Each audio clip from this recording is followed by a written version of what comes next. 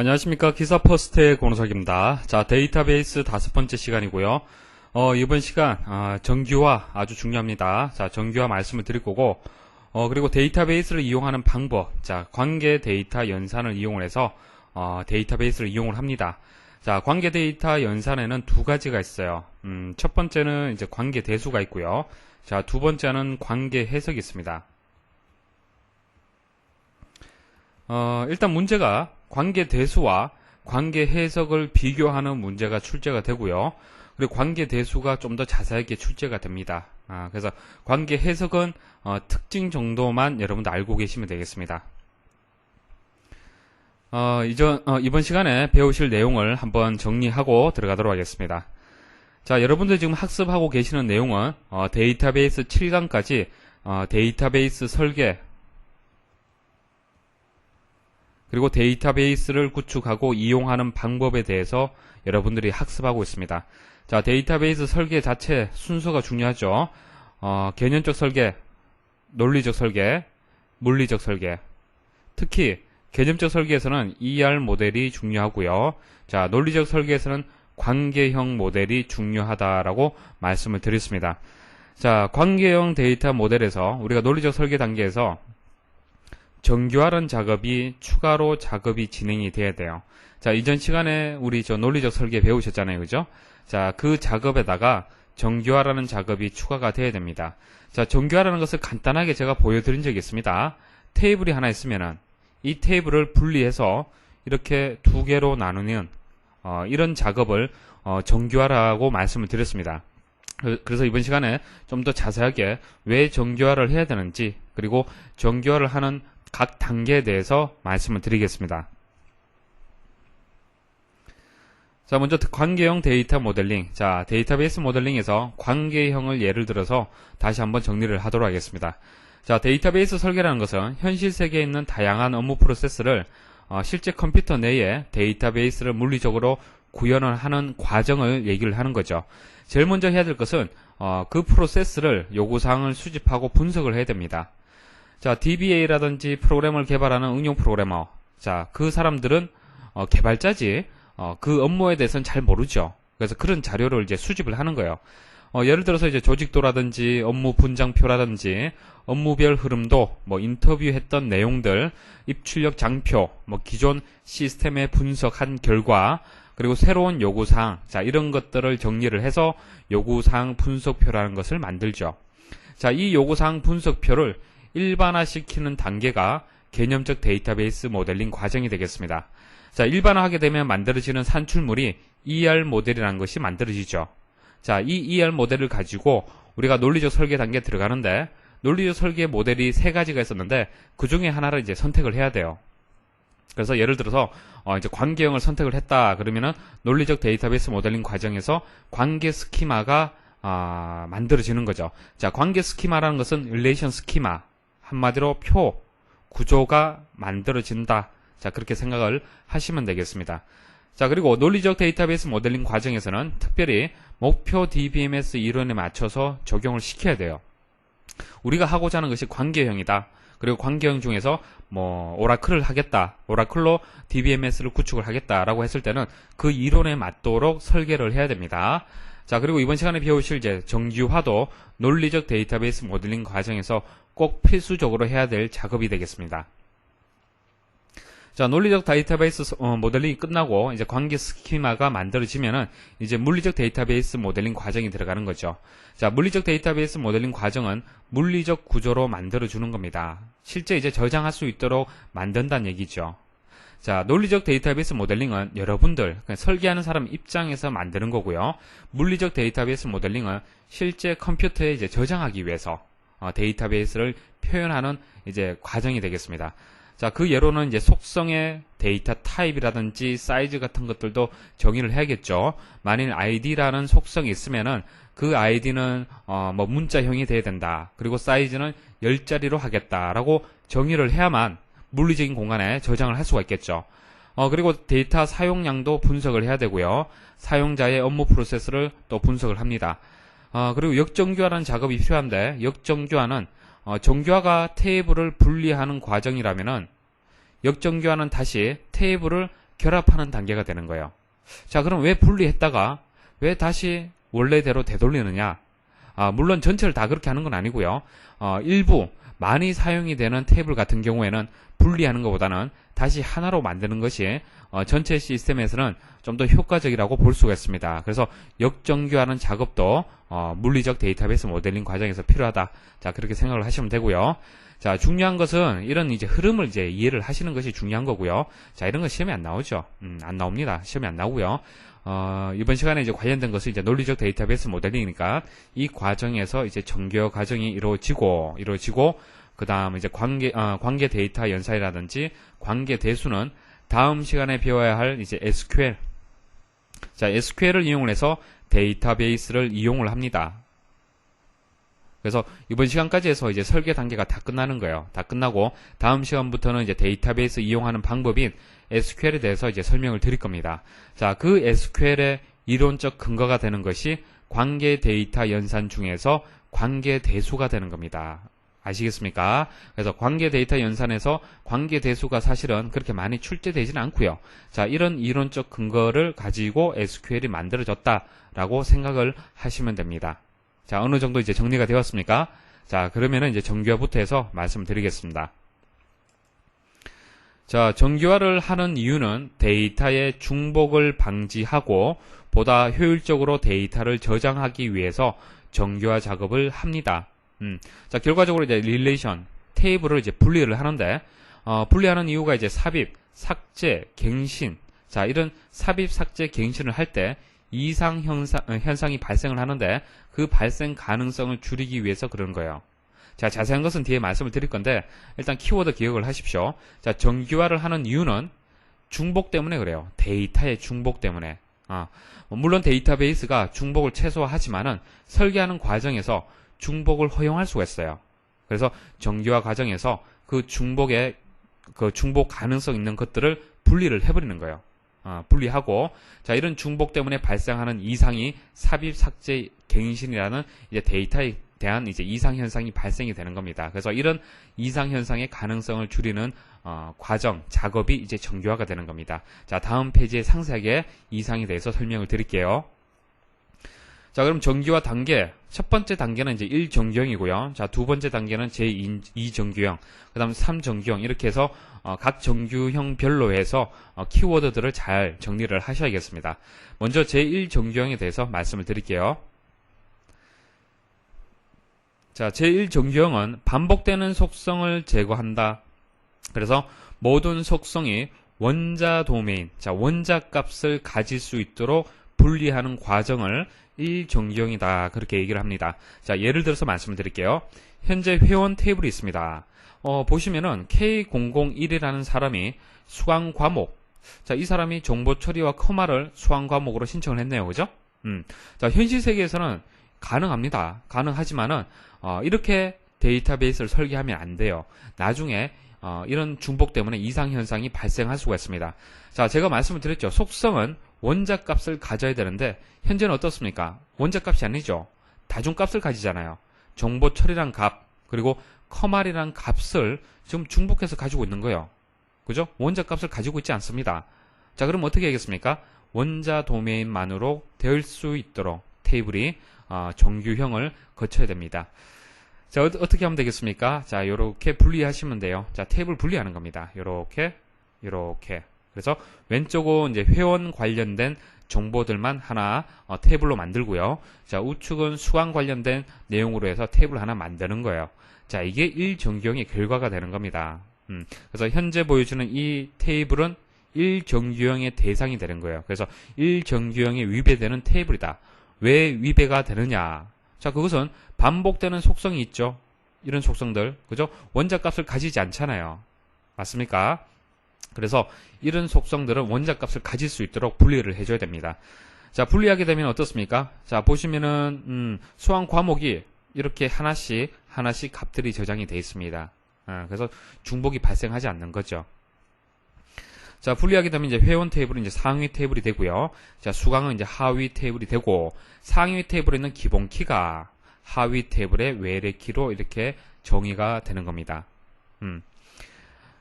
그런데 여러분도 좀 궁금하신 점 없습니까? 좀 그림이 좀 이상하지 않나요? 보세요. 자, 밑줄로 표시한 것은 이제 기본키를 뜻하는 겁니다. 자, 회원 번호가 포린키, 외래키이기도 하지만은, 자, 현재 수강 테이블에서는 기본키로 또 정의가 되어 있어요. 자, 기본키이면서 외래키로 지금 정의가 되어 있습니다.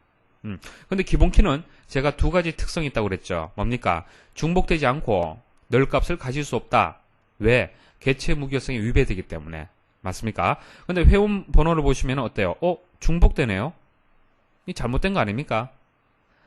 잘못된 거 아닙니다. 하나 제가 더 설명을 좀 드려볼게요. 자, 일반적으로 기본키가 하나일 수도 있지만은 여러 개를 가질 수 있어요. 여러 개를 기본키 그룹으로 가질 수 있습니다. 자, 여기서는 수강 과목과 회원 번호를 묶어서 하나의 기본키로 정의를 한 겁니다. 그래서 이 두 개의 값이 동시에 중복만 되지 않으면 상관이 없다는 얘기예요. 자, 정보 처리 K001, 커말 K001은 중복으로 보지 않습니다. 자, 각각의 속성은 중복될 수 있지만은 기본키 그룹으로 정의가 되어 있기 때문에 전체 데이터를 봤을 때는 기본키 값을 봤을 때는 중복이 아니다라고 볼 수가 있는 거예요. 자, 됐습니까? 자, 이런 것들은 시험에 나오진 않습니다. 자, 실기 때는 또 상세하게 설명을 드릴 거예요. 자, 이런 것을 하나 짚어주시고 지나가시면 될 것 같습니다. 자, 중요한 것은 키워드예요. 키워드. 자, 그것을 기억을 하셔야 돼요. 자, 1정경 시험에 이렇게 나옵니다.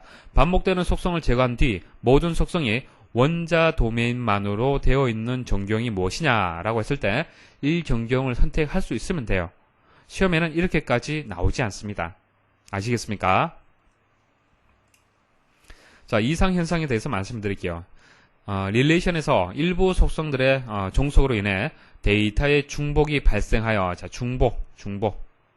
자, 데이터가 중복이 발생을 하면은 데이터의 이상 현상이 발생을 한다는 얘기입니다. 자, 이상 현상 때문에 우리는 정교화를 하는 거예요. 자, 세 가지 종류가 있습니다. 갱신, 삽입, 삭제. 시험에 이상 현상의 종류가 아닌 것은 1번 갱신, 2번 삽입, 3번 삭제, 4번 조회. 4번이 되겠죠, 그죠? 자, 그럼 갱신 이상부터 해서 예를 들어 설명을 드릴게요.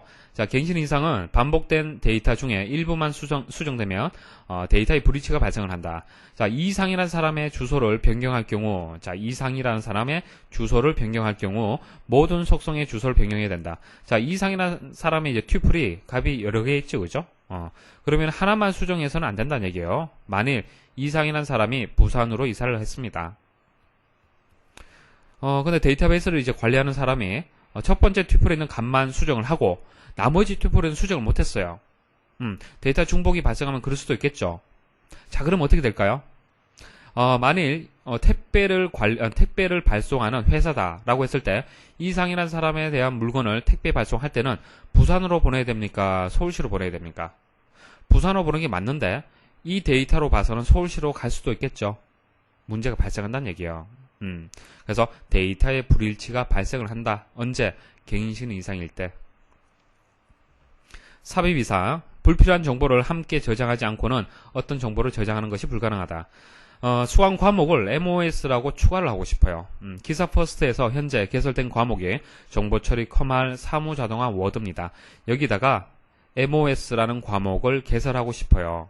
개설할 수 있을까요? 보세요.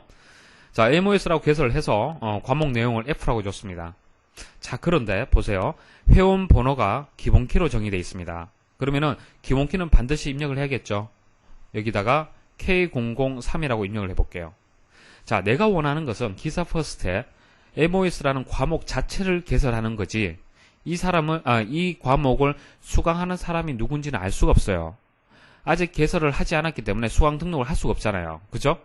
일단 개설 후에 그 다음 수강 등록을 하는 거지 않습니까? 맞습니까? 그래서 MOS라는 과목을 추가할 경우에 불필요한 나머지 이런 데이터들이 추가로 입력을 해야 되는 거예요.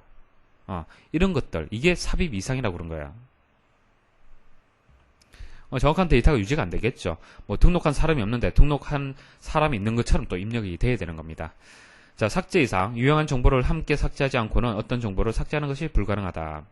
자, 이상이나 사람의 데이터를 삭제하고자 할 때, 자, 이상이나 사람의 데이터를 쭉 지우고 싶어요. 이 사람이 탈퇴를 했습니다. 자, 지우고 싶은데 함께 정보 처리 과목 내용이 같이 지워져요. 지우려면은. 자, 이게 분리되면은 여기만 삭제하면 될 것 같은데 같이 지워지는 겁니다. 자, 이상이라는 사람이 회원 탈퇴를 했어요. 탈퇴하면은 그 사람의 정보만 지워져야지. 그 사람이 등록해왔던 수강 과목 자체, 개설했던 과목 자체가 지워지면 되겠습니까? 자, 이게 지워져 버리면 어떻게 됩니까? 그 다음 사람은 정보 처리를 등록하지 못해요. 이해하시겠습니까? 자, 이게 삭제 이상이에요. 그래서 이런 이상 현상이 발생할 수 있기 때문에 테이블을 분리하라는 얘기입니다. 그게 정규화의 목적이 되는 거예요. 자, 다시 한번 정리하겠습니다. 자, 우리가 데이터베이스를 설계하다 보면 데이터가 중복될 가능성이 있어요. 중복될 가능성. 그래서 이 중복되게 되면은 데이터의 이상 현상 3가지가 발생을 하더라. 그래서 이 이상 현상이 발생하지 않도록 우리는 정규화 작업을 꼭 해야 된다. 그 다음 정규화 작업은 어떻게 한다? 테이블을 분리한다. 분리.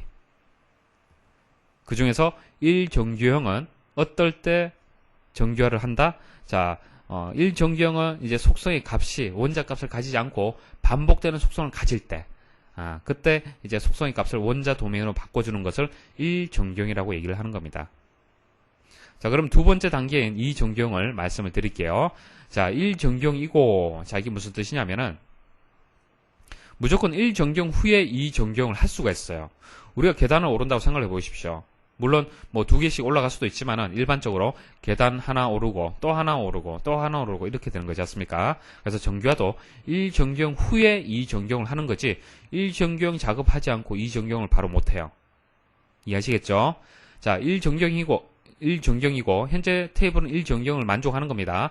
반복되는 속성이 없고 원자 도메인을 가지는 거예요. 자, 그 상태에다가 부분 함수적 종속이 있는 상태. 그래서 그것을 제거하면은 이 정규형이 되는 겁니다. 다시 말씀드리면은 이 정규형의 대상은 1정규형이면서 부분 함수적 종속이 있는 상태. 자, 그것은 이 정규형의 대상이 되는 거고요. 자, 부분 함수적 종속을 제거하게 되면은 완전 함수적 종속이라고 얘기를 하는 겁니다. 그래서 이 정규형은 결과가 완전 함수적 종속 상태로 만드는 거예요. 예를 들어서 말씀을 드릴게요.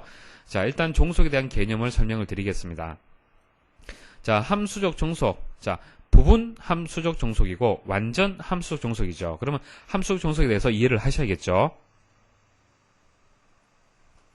자, 어떤 릴레이션 R에서 X와 Y를 각각 R의 애트리뷰트, 자, 속성의 집합의 부분 집합이라고 할 경우 애트리뷰트 X의 값 각각에 대하여 시간에 관계없이 항상 애트리뷰트 Y의 값이 오직 하나만 연관되어야 된다. 자, 1대1로 해서 X, Y가 대응이 돼야 된다. 그 말인데 예를 들어서 말씀을 드릴게요. 자, 보세요.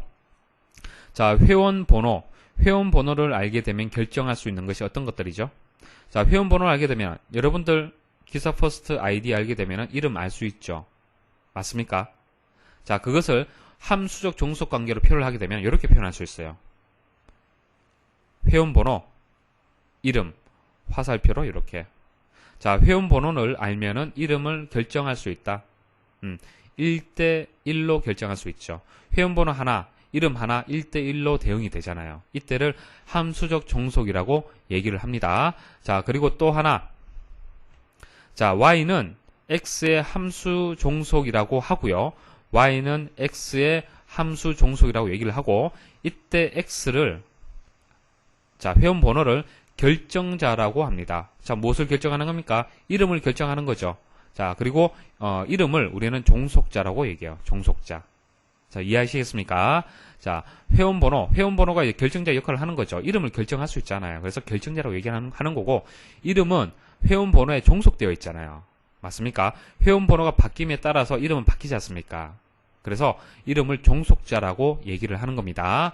자, 함수적 종속의 개념 아시겠습니까? 자, 테이블에서 속성이 있는데 그 속성 간에 종속 관계가 있는데 그때 함수적 종속이라는 것은 회원 번호 이것을 X라고 하고 이름을 Y라고 했을 때 X를 알게 되면 Y를 결정할 수 있더라. 자, 이것을 함수적 종속이라고 얘기를 하는 겁니다. 특히 X를 결정자, Y를 종속자로 얘기를 하는 겁니다. 자, 종속이라는 개념 아시겠습니까? 함수 종속. 자, 그럼 부분, 완전에 대해서 말씀드릴게요. 자, 여기서 보시면은 이제 회원 번호가 있죠. 자, 회원 번호를 알게 되면 뭘 알 수 있다고 그랬습니까? 이름을 결정할 수 있죠. 맞습니까? 자, 그 다음 성적을 결정하려면은 결정자가 뭐가 되겠습니까? 성적. 자, 성적 회원 번호 알게 되면은 성적 결정할 수 있습니까? 그건 아니죠. 자, 그 사람이 수강한 과목이 정보처리 필기일 수도 있고 실기일 수도 있고 여러 개의 과목을 수강할 수 있잖아요. 그죠? 그래서 회원 번호와 수강 과목을 동시에 알고 있어야만 성적을 알 수 있다는 얘기예요. 그 수강 과목에 대한 성적을 알 수 있다는 얘기예요. 이해하시겠습니까? 다시 한번 정리할게요. 자, 성적이라는 테이블 있죠. 지금 기본키가 이렇게 정의가 된 겁니다. 자, 이 두 개의 값을 알아야만 유일하게 튜플을 식별할 수 있는 거예요. 자, 회원 번호를 알면은 이름은 결정할 수 있습니다. 맞아요? 회원 번호만 여러분들 저희한테 알려주시면은 이름은 알 수가 있잖아요. 그죠? 자, 그런데 성적, 예를 들어서 이제 과목을 이제 정보처리 필기와 실기를 등록했다. 그러면 성적은 80점일 수도 있고 100점일 수도 있잖아요. 그래서 회원 번호만 안다고 해서 80점인지 100점인지를 결정할 수 없다는 얘기예요. 추가적인 정보, 속성이 더 있어야 돼요. 뭡니까? 수강 과목까지 알아야만 80점이다 혹은 100점이다 라고 알 수가 있는 겁니다. 그래서 여기서 완전 함수적 종속이다, 부분 함수적 종속이라는 얘기가 나와요. 자, 성적을 보면은 이제 성적 같은 경우에는 이제 완전 함수적 종속입니다. 기본키 전체에 대해서 종속이 되는 거고요. 이름 같은 경우에는 회원 번호만 알면은 이름을 결정 지을 수 있기 때문에 부분 함수적 종속이라고 얘기를 하는 거예요. 자, 그림을 통해서 말씀드리면은 이렇습니다. 자, 회원 번호를 알게 되면 어떻습니까? 자, 기본키죠. 이거는 전체가 기본키. 자, 회원 번호하고 수강 과목은 기본키죠. 자, 기본키 중에서 부분인 회원 번호를 알면은 이름을 결정 지을 수 있다. 그래서 부분 함수적 종속이라고 얘기를 하는 겁니다. 회원 번호는 이름을 결정 짓는다. 맞습니까? 자, 기본키 그룹에서 두 개가 있는데 일부로 해서 이름을 결정 짓기 때문에 부분 함수적 종속이라고 얘기를 하는 거예요. 그 다음, 자, 성적은 어떻습니까? 성적은 회원 번호, 수강 과목, 기본키 전체를 알아야만 성적을 결정할 수 있죠. 이것을 완전 함수적 종속이라고 얘기를 하는 겁니다. 자, 부분과 완전의 그 차이점 이해를 하시겠습니까? 그래서 이 정규형은 부분 함수적 종속을 제거하라고 그랬어요. 그래서 결과 뭘 제거를 하면 되겠습니까? 이름이라는 속성을 제거하면 되는 거예요. 이름이라는 속성을 제거해버리면 분리해버리면 되는 겁니다. 그래서 이름 속성을 분리하면은 성적 테이블은 완전 함수적 종속 상태가 되므로 이 정규형을 만족한다. 자, 이게 분리됐다고 보세요. 자, 이게 이렇게 남았죠. 그러면은 기본키에 남아있는 일반 속성들이 어떻습니까? 완전 함수적 종속 상태에 놓이는 거죠. 그래서 이게 이 정규형의 결과가 되는 겁니다. 자, 키워드는 꼭 기억을 하셔야 됩니다. 자, 이 정규형 하게 되면은, 부분 함수적 종속을 제거해서 완전 함수적 종속 상태로 만드는 게 이 정규형이구나라고 머리에 꼭 두셔야 돼요. 자, 그럼 3정규형 보도록 하겠습니다. 자, 3정규형은 이 정규형이고, 자, 그리고 이 정규형이라 그러면 1정규형까지 만족한다는 얘기죠. 자, 1, 2정규형을 다 만족한다는 얘기예요. 자, 여기다가 이행적 함수적 종속을 제거한다. 이행적 함수적 종속을 제거해서 이행적 함수적 종속이 아닌 상태로 만든 것을 3정규형이라고 얘기를 하는 겁니다. 자, 설명드릴게요. 자, 이행적, 옮긴다는 얘기죠. 바로 다이렉트로 종속 관계가 아니라 뭐 하나를 거쳐서 이렇게 종속 관계가 만들어지는 겁니다. A, B, C가 있으면은 A가 C를 결정하는데 직접적으로 종속 관계가 있는 것이 아니라 이렇게 B를 통해서 이렇게 종속 관계가 있는 것을 이행적 함수 종속이라고 얘기를 하는 거예요. 자, 보도록 하겠습니다. 자, 보세요. 자, 신청 번호. 자, 우리가 뭐 어떤 제품을 신청하는 과정을 한번 생각을 해 보십시오. 자, 그럼 신청 번호가 있겠죠. 신청했던 번호. 자, 그 번호를 알게 되면은 회원 번호를 알 수가 있죠. 자, 여러분들이 어떤 뭐 온라인 판매 사이트에다가 어떤 물품을 신청을 했어요. 신청하면 그 신청 번호를 받겠죠. 자, 그 번호를 여러분들이 알고 있다가 그 번호를 전화 상담할 때 알려주면은 여러분들 회원 번호, 여러분들 아이디 알 수 있잖아요. 맞습니까? 서로 이제 종속적인 관계가 있는 게 맞죠? 신청 번호를 알면은 회원 번호가 이제 1대1로 대응이 될 수 있습니다. 자, 그 다음, 회원 번호를 알게 되면은 뭘 알 수 있습니까? 회원 취미를 알 수 있죠. 회원의 정보를 알 수 있잖아요. 회원 아이디를 알게 되면은. 맞아요? 자, 이게 이행적 함수 종속이라고 얘기하는 겁니다. 자, 신청 번호를 알게 되면 회원 번호를 알 수 있고, 회원 번호를 알게 되면 회원 취미를 알 수 있는 이런 관계. 다시 정리를 하면 이렇습니다. 신청 번호가 회원 번호를 결정하는 결정자가 되고, 회원 번호는 또 회원 취미를 결정하는 결정자가 되는 거예요. 그래서 이 부분이 같죠, 그죠? 그래서 결과적으로 신청 번호는 회원 번호를 이행적 함수 종속 상태다라고 그렇게 얘기를 하는 겁니다. 자, 이게 이행적 함수 종속 상태가 되는 거고요. 자, 이렇게 복잡하게 관계가 형성이 되어 있으면 문제가 발생한다는 얘기예요. 어떨 때? 삽입, 삭제, 갱신할 때. 아시겠습니까? 자, 만일 뭐 일부 데이터를 수정한다 그러면은 이게 서로 얽히고 설키기 때문에 나머지 수정하지 않아야 될 데이터들도 영향을 받아서 수정이 된다는 얘기예요. 그래서 이런 비이행적 함수 종속 상태를 제거해서 비이행적 상태로 만들어줘야 돼요. 자, 회원 번호, 회원 취미 속성을 분리하면 신청 테이블은 비이행적 함수 종속 상태가 되므로 3전경을 만족한다. 회원 번호와 회원 취미, 요거는 회원 테이블로 해서 따로 만들면 되겠죠. 회원 테이블. 그래서 분리해버려요. 자, 이렇게 해서 이제 비이행적 상태로 이렇게 만들어주면 됩니다. 자, 여기 보시면 신청 번호하고 제품 번호 상에서는 비이행적 함수 종속 상태가 없죠. 자, 그 다음, 자, BCNF 보도록 하겠습니다. 자, 3전경이고, 자, 결정자가 후보키가 아닌 함수 종속 제거. 자, 이게 무슨 얘기냐.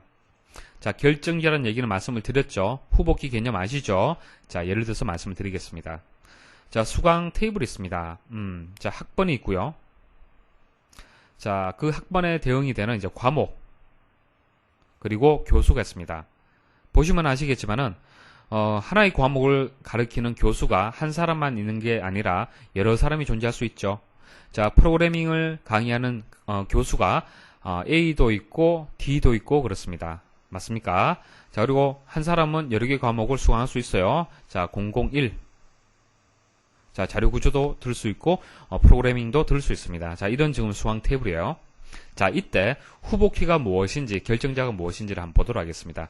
먼저 후보키 한번 보도록 하죠. 자, 후보키는 뭡니까? 튜플을 유일하게 식별할 수 있어야 돼요. 최소의 슈퍼키가 되는 겁니다. 자, 학번하고 과목을 알게 되면은 튜플을 식별할 수 있습니까? 식별할 수 있죠. 자, 보세요. 학번만 알아서는 우리 튜플을 유일하게 식별할 수 없어요. 왜요? 왜 그렇습니까? 001이라고 학번을 안다고 그래서 자, 이 튜플하고 이 튜플을 유일하게 식별할 수 있습니까? 자, 001이라고 검색을 했을 때는 튜플 두 개가 딱 검색이 되잖아요. 한 개만 유일하게 식별이 돼야 되는데 안 된다는 얘기예요. 과목도 마찬가지예요. 과목을 안다고 그래서 튜플들을 유일하게 식별할 수 있습니까? 안 되죠. 어떨 때 할 수 있습니까? 학번하고 과목을 동시에 알게 되면은, 그죠? 학번 001 그때 과목이 무엇이다라고 알게 되면은 그때는 튜플 해당되는 건 하나밖에 없잖아요. 이렇게 맞습니까?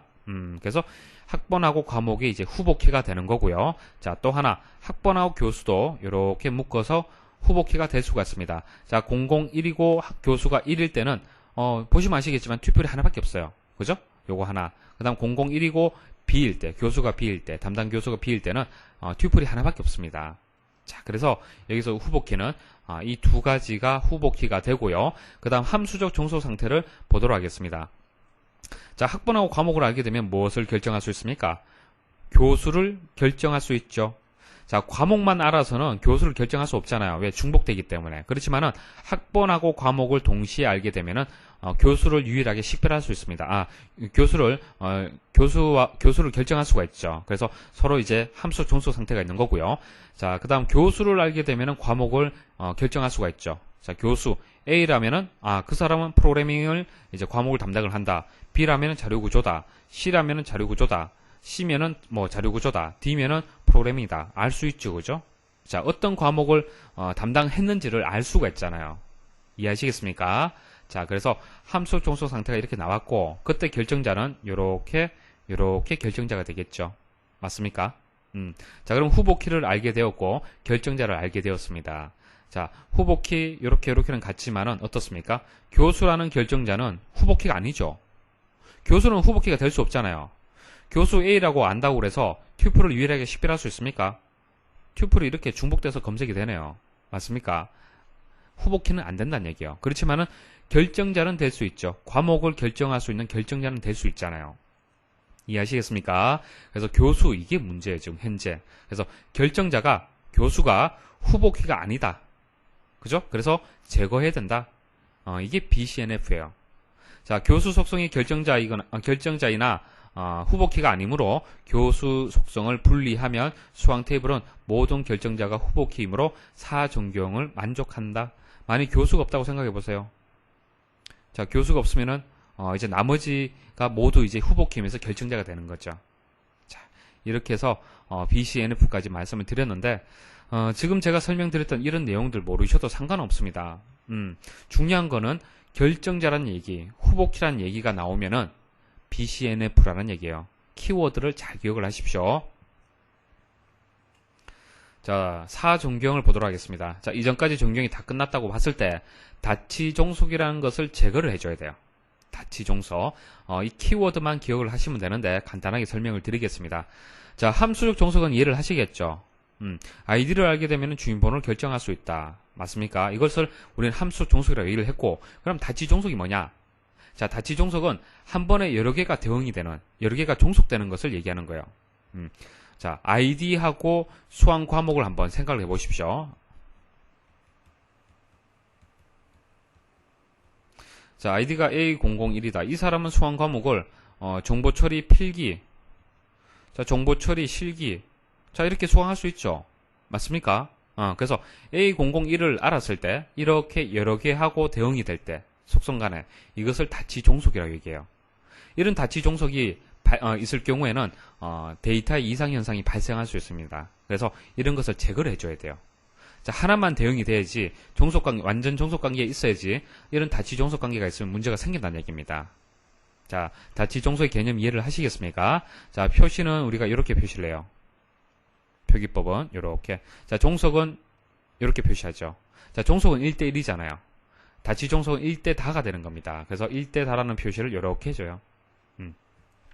그래서 다치종속이라는 얘기 꼭 기억을 하시고요. 자, 오정규형 자세하게 아실 필요 없습니다. 조인 종속성이란 것만 기억을 하십시오. 자, 정규화 절차 정리하도록 하겠습니다. 자, 비정규화 테이블. 자, 테이블에서 원자값, 속성이 원자값을 가질 수 있도록 바꿔주는 것을 1정규형. 자, 완전 함수 종속 상태로 만드는 것을 2정규형. 자, 비이행적 함수 종속 상태로 만드는 것을 3정규형. 자, 모든 결정자가 후보키가 될 수 있도록 하는 것이 BCNF. 자, 다치 종속을 제거하는 것을 4정규형.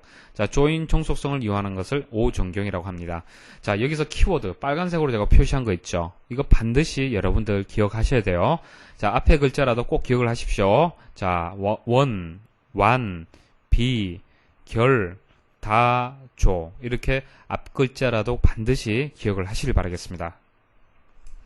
자, 정규화의 특징 말씀드릴게요. 정리하도록 하겠습니다. 자, 예를 들어 현재 테이블이 3정규형 상태라면 1, 2정규형은 자동으로 만족한다. 3정규형 상태라는 그 자체가 1, 2정규형을 만족한다는 얘기고요. 자, 정규형들은 이제 차수가 높아질수록 1정규형에서 5정규형까지 점점 차수는 높아지는 거죠. 만족시켜야 할 제약 조건이 증가된다. 더 복잡해진다는 얘기입니다. 자, 정규화는 논리적 처리 및 품질에 큰 영향을 미친다. 반드시 해야 될 작업이죠. 자, 정규화의 목적은 논리적 데이터베이스 구조상에서 삽입, 수정, 그리고 삭제 결과 생기는 이상현상을 제거하는 데 있다. 자, 정규화의 목적은 결과적으로 이상현상을 제거하는 데 있어요. 자, 레코드들의 관련 속성들 간의 종속성을 최소화하기 위한 구성 기법이다. 자, 속성들끼리, 속성이 여러 개가 하나의 테이블을 구성하잖아요. 그죠? 자, 속성이 기본 키를 기준으로 해서 종속 관계를 맺는 것은 관계없는데 뭐 부분 함수 종속이라든지 뭐 이행적인 관계라든지 이런 것들 있잖아요. 그죠? 다치 종속이라든지 이런 복잡한 종속성을 최소화하기 위한 그런 이제 기법이라고 볼 수 있고요. 자, 정규화가 잘못되면 데이터의 불필요한 중복을 야기하여 릴레이션 조작 시 문제를 일으킨다. 뭐 그런 그 이유죠. 그죠? 정규화를 하는 이유가 중복을 제거하자는 얘기잖아요.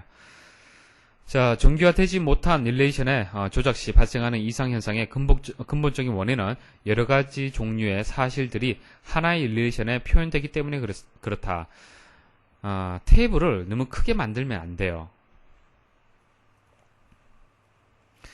자, 여기 보시면 일반적으로 여러분들 생각할 때는 회원 정보, 그리고 수강 정보, 이것을 하나의 테이블로 표현해도 문제가 되지 않겠느냐 그렇게 생각할 수가 있는데 이렇게 하면 안 돼요. 이것을 분리해서 따로따로 관리해야만 이상현상을 제거할 수 있습니다. 말씀드렸죠, 그죠? 회원에 대한 정보만 입력하고 싶은데 뭐 같이 입력이 돼야 된다든지 뭐 회원 가입을 하면은 바로 수강을 해야 되는 그런 테이블이 돼버리는 거예요. 문제가 된다는 얘기예요.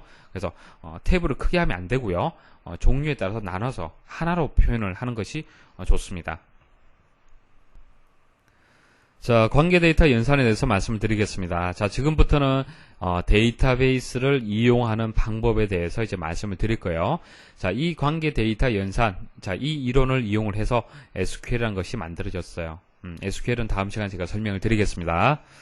자, 관계 데이터 연산에는 두 가지가 있습니다. 관계 대수와 관계 해석이 있는데 차이점이 있습니다. 시험에는 차이점이 나와요. 관계 대수에 대한 설명이 아닌 것은 해서 관계 해석에 대한 설명을 주고 찾는 그런 문제가 나옵니다. 자, 예를 들어 설명을 드릴게요. 개념을 이해하시는 게 중요하죠.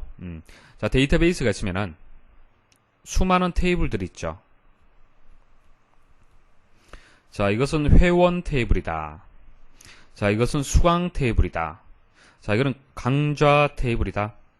자, 이렇게 테이블이 있으면은 자, 여기 데이터가 저장되어 있으면 여러분들이 그 데이터를 이용을 해야 되잖아요. 그죠?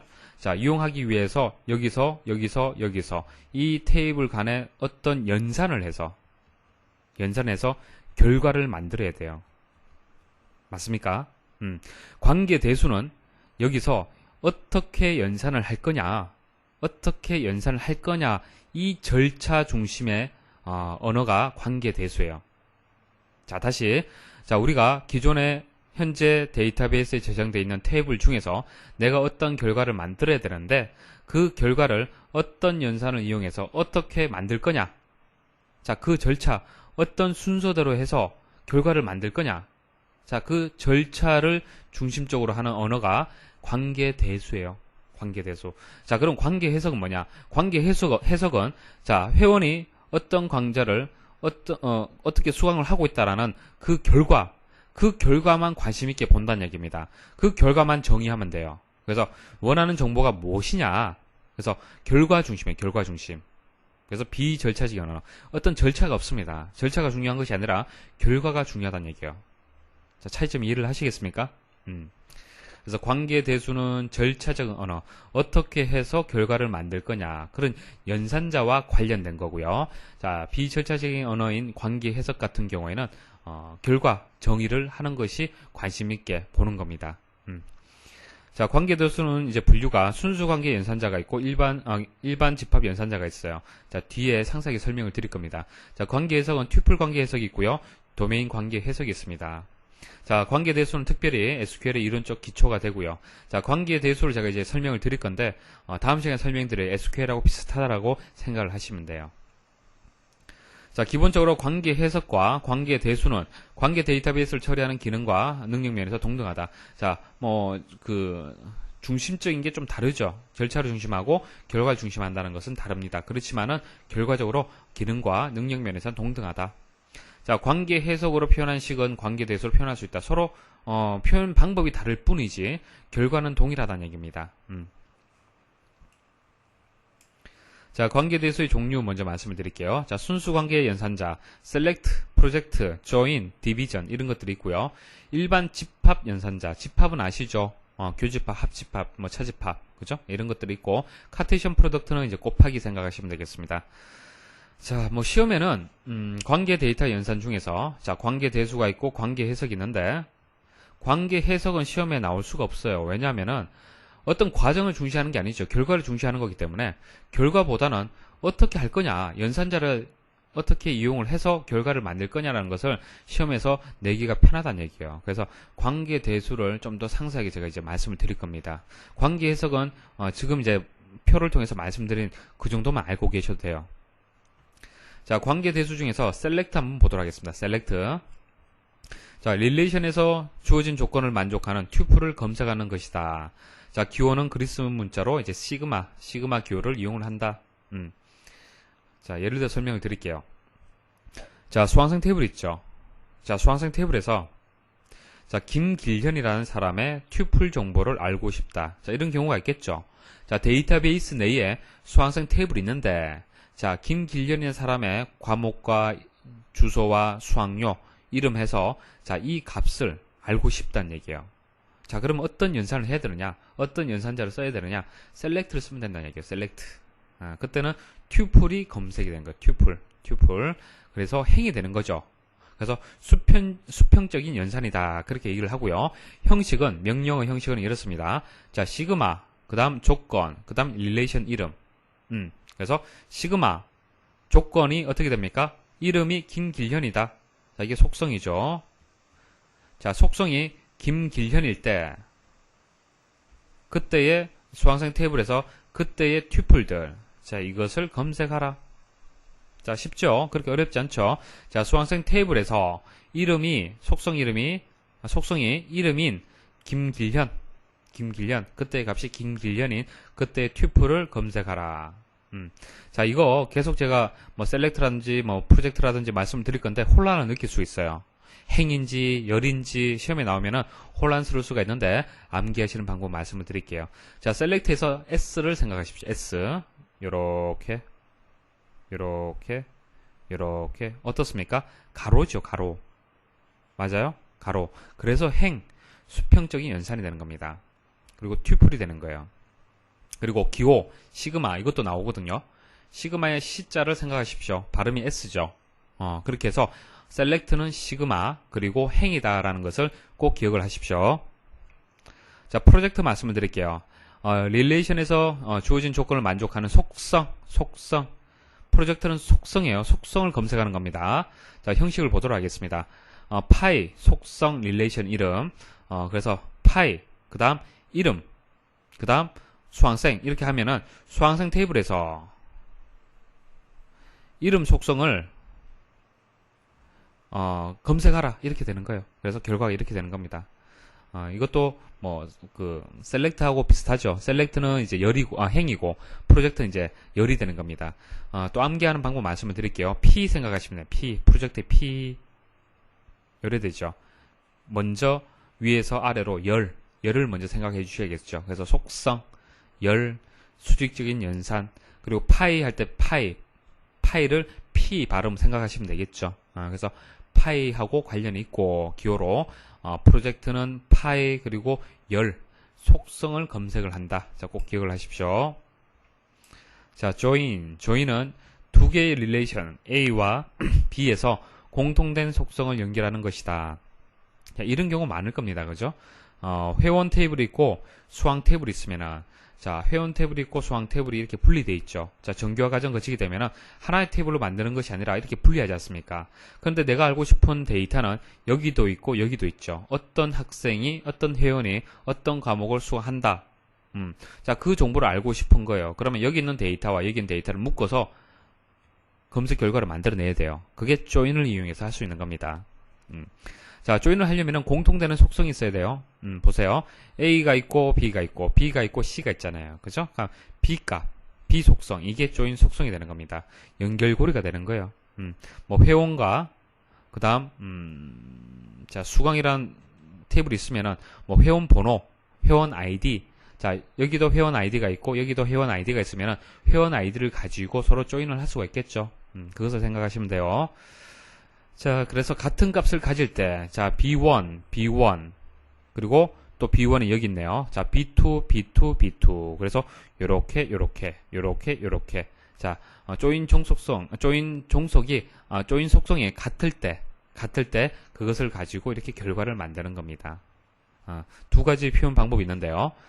내추럴 조인, 자연 조인이 있고요. 이퀴 조인, 동등 조인이 있습니다. 자, 동등 조인은 공통되는 속성을 중복해서 표현한 거예요. 자, B가 두 번 있죠. 자, 그다음 내추럴 조인은 공통되는 걸 제거했어요. A, B, C. 보기 좋은 건 어느 겁니까? 이거죠, 그죠? 중복되는 걸 제거하는 게 낫죠. 자연스러운 조인이다. 내추럴 조인이다. 자연스러운 것은 중복을 제거한 거다. 그렇게 기억을 하시면 되겠습니다. 자, 디비전, 나눈다는 얘기죠. 자, 나누어지는 릴레이션인 A는 릴레이션 B의 모든 내용을 포함하는 것이 결과 릴레이션이다. 자, 실제 예를 들면 가장 쉽습니다. A 나누기 B. 자, 그러면 A에서 B가 가지고 있는 것들, 그죠? B가 가지고 있는 것들의 그 값들을 가져오면 되는 거예요. 보세요. 자, B1, B2죠. B1과 B2를 공통으로 가지고 있어야 돼요. 자, B1, B2. 자, 공통으로 가지고 있네요. 그죠? 자, 뭡니까? A1이네요. A1. 자, 그 다음 B1, B2 공통으로 가지고 있는 속성이 A5, A5. 맞습니까? 그래서 결과가 A1, A5 이렇게 되는 겁니다. 자, 다시 한번 말씀드릴게요. 자, B1과 B2를 동시에 가지고 있어야 돼요. 자, B1과 B2를 동시에 가지고 있는 것이 A1이잖아요. 자, B1과 B2를 동시에 가지고 있는 것이 A5잖아요. 나머지는 어때요? 나머지는 B1과 B2를 가지고 있지 않지 않습니까? 그래서 해당 사항이 없는 거예요. 나누게 되면 결과는 이렇게 되는 겁니다. 합집합 말씀드릴게요. 자, 합집합은 두 개를 합치는 거죠. 예. 자, 요렇게 합치는데 중복되는 것은 제거하면 되겠죠. 그래서 여기 가져오고요. 그 다음 가져오고, 자, A2, B3. 자, A1, B1. A1, B1은 한번 찾았었죠. 자, A2, B1. 이렇게 A2, B3 여기 있었고 A3, B3 이렇게 하면 되겠습니다. 자, 그래서 합집합은 우리 저 집합 그대로 생각하시면 됩니다. 이렇게 A하고 B 있으면은 1, 2, 3 그 다음 4, 5가 있으면은 결과는 어떻게 돼요? 1, 2, 3, 4, 5가 되죠. 중복은 한 번만 표시하는 거죠. 자, 교집합 공통되는 부분입니다. 자, 공통되는 부분 어디 있습니까? 이렇게 있네요. 그 다음 이렇게 그래서 결과 이렇게 되죠. 자, 그리고 하나 주의하셔야 될 것은 관계대수에서 합집합, 교집합, 차집합. 자, 집합이라고 할 때는 이항 연산이기 때문에 자, 연산에 참가하는 두 개의 릴레이션, 차수하고 도메인이 같아야 돼요. 차수하고 도메인. 차수가 뭡니까? 속성의 개수죠. 보세요. 하나, 둘, 두 개죠. 그리고 도메인 A라면은 그 도메인 범위가 같아야 돼요. B라면 또 도메인 범위가 같아야 됩니다. 그래야만 연산을 합집합, 교집합, 차집합을 할 수 있다는 얘기예요. 자, 차집합 보도록 하겠습니다. 자, 빼란 얘기죠. 빼면 어떻게 되겠습니까? 자, A1, B1 있네요. 빠지고 A2, B3 빠지고 남는 건 이거네요. 그죠? 이렇게. 반대도 마찬가지입니다. 그렇게 하시면 되고 카테시언 프로덕트는 이제 튜플을 곱해서 결과를 만드는 거예요. 그래서 A1 요렇게 만들고 B2 요렇게 만드는 거예요. 그래서 결과가 A 릴레이션 튜플 수가 2개, B는 2개라면 결과는 항상 4가 됩니다. 왜? 곱하기 하기 때문에 2 곱하기 2 이게 시험에 나온 적이 있어요. 자, 기출문제 설명드리겠습니다. 1번 조건을 만족하는 릴레이션의 수평 시그마 뭐가 되겠습니까? 시그마의 C자 생각하시면은 S 발음 생각하셔야겠죠. S 생각하면은 가로 행이 되는 겁니다. 맞습니까? 그래서 select 관계 데이터베이스에서 적용할 순수 관계 연산자. 자, 순수 관계 연산자 뭐 select, 프로젝트, 디비전은 맞죠? 링크는 아니죠. 정규화의 의미로 틀린 것은 자, 라번이 틀렸습니다. 쭉 읽어 보시면은 합쳐야 하는지 자, 정규화는 합치는 것이 아니고 뭡니까? 분리죠. 어떻게 분리할 거냐를 고민하는 겁니다. 그래서 정답이 라번이 되고요. 4번 다음 관계 대수 문장의 의미는 자, 이건 파이고 이거는 시그마예요. 시그마하고 파이가 같이 나왔습니다. 자, 먼저 괄호 안에 걸 먼저 보도록 하겠습니다. 자, 교수 테이블에서 학과가 전산인 그때의 튜플들을 검색하라 이렇게 되겠죠. 전산.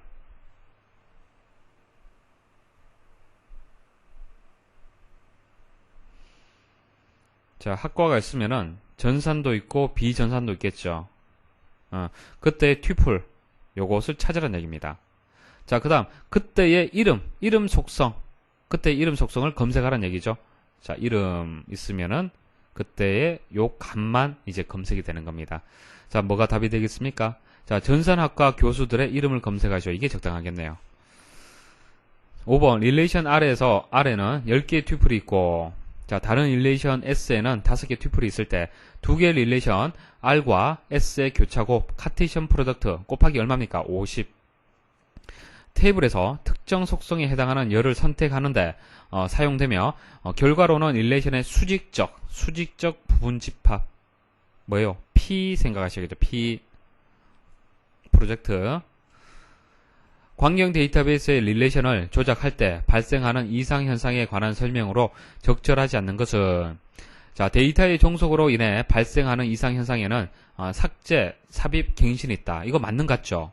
틀렸습니다. 어디가 틀렸냐면은 종속, 이게 틀렸어요. 종속이 아니고 중복이죠. 중복되기 때문에 이상이 발생을 하고 이런 이상 현상을 막기 위해서 정규화를 하는 겁니다. 키가 아닌 모든 속성이 기본 키에 충분한 함수적 종속. 자, 충분한 이것을 완전이라고 봅니다. 완전 함수적 종속 몇 정교형입니까? 2정교형이죠.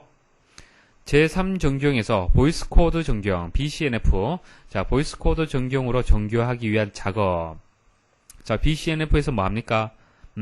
결정자가 후보키가 아닌 함수 종속 제거하는 거죠. 모든 결정자가 후보키가 될 수 있도록 하는 거지 않습니까? 자 그게 BCNF에서 하는 겁니다. 그래서 설명을 잘 들으셔야 돼요. 이게 3정교형인지 BCNF인지 그걸 잘 구분하셔야 됩니다. 자 3정교형에서 BCNF로 정교화한다고 그랬습니다. 자, BCNF가 3정교형 후에 하는 거잖아요. 그죠? 그래서 이 설명 자체가 없다고 보시면 돼요. 그래서 BCNF 정교할 때 하는 작업이 무엇이냐? 그렇게 해석을 하시면 되겠습니다. 10번, 어떤 릴레이션 아래 존재하는 모든 조인 종속성, 뭡니까? 5정교형.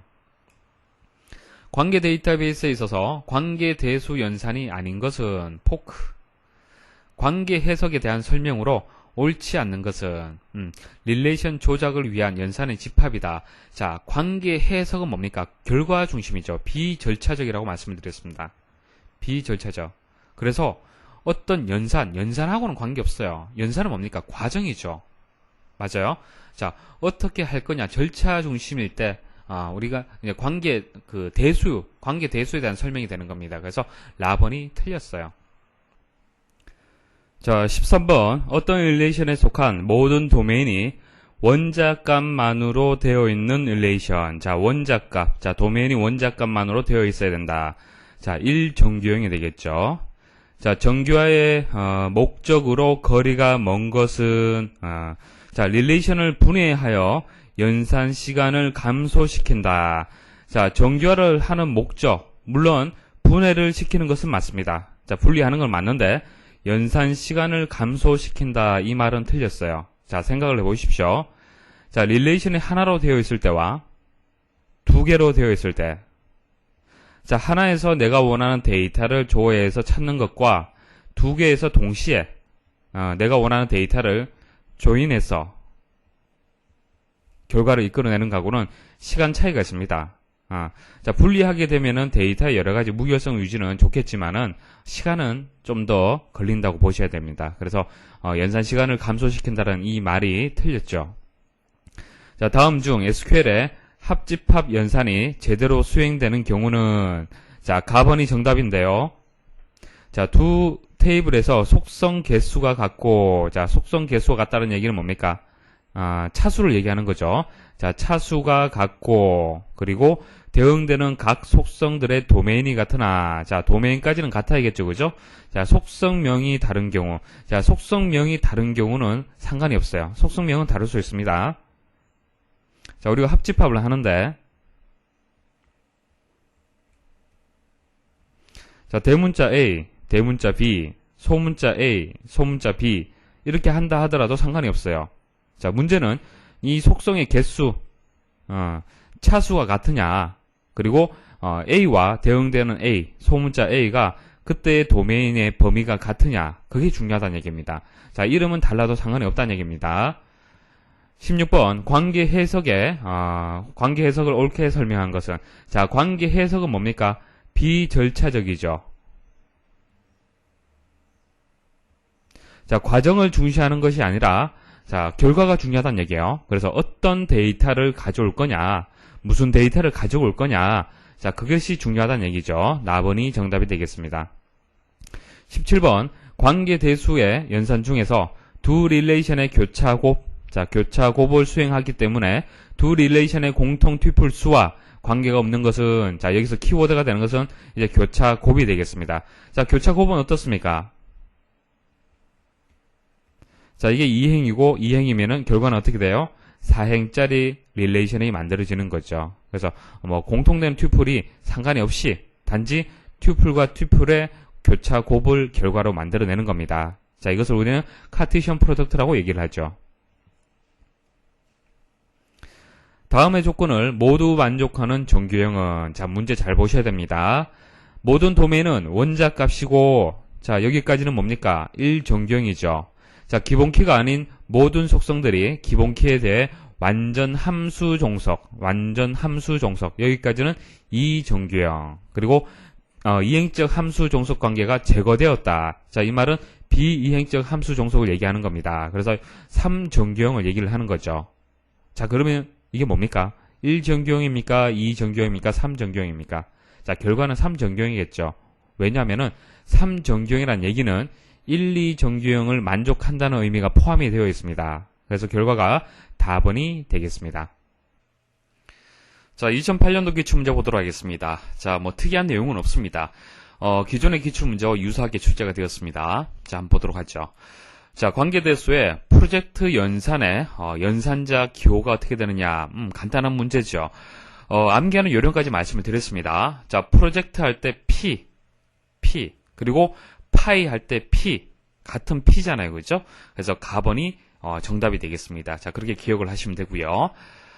관계 데이터베이스의 정규화, 자, 정규화에 대한 설명으로 옳지 않은 것은, 자, 정규화에 대한 정확한 내용을 여러분들 이해를 해야만 문제를 해결할 수 있습니다. 자, 가번 보도록 하죠. 정규화를 거치지 않으면 여러 가지 상이한 종류의 정보를 하나의 릴레이션으로 표현하여 그 릴레이션을 조작할 때 이상 현상이 발생할 수 있다. 자, 이게 무슨 얘기입니까?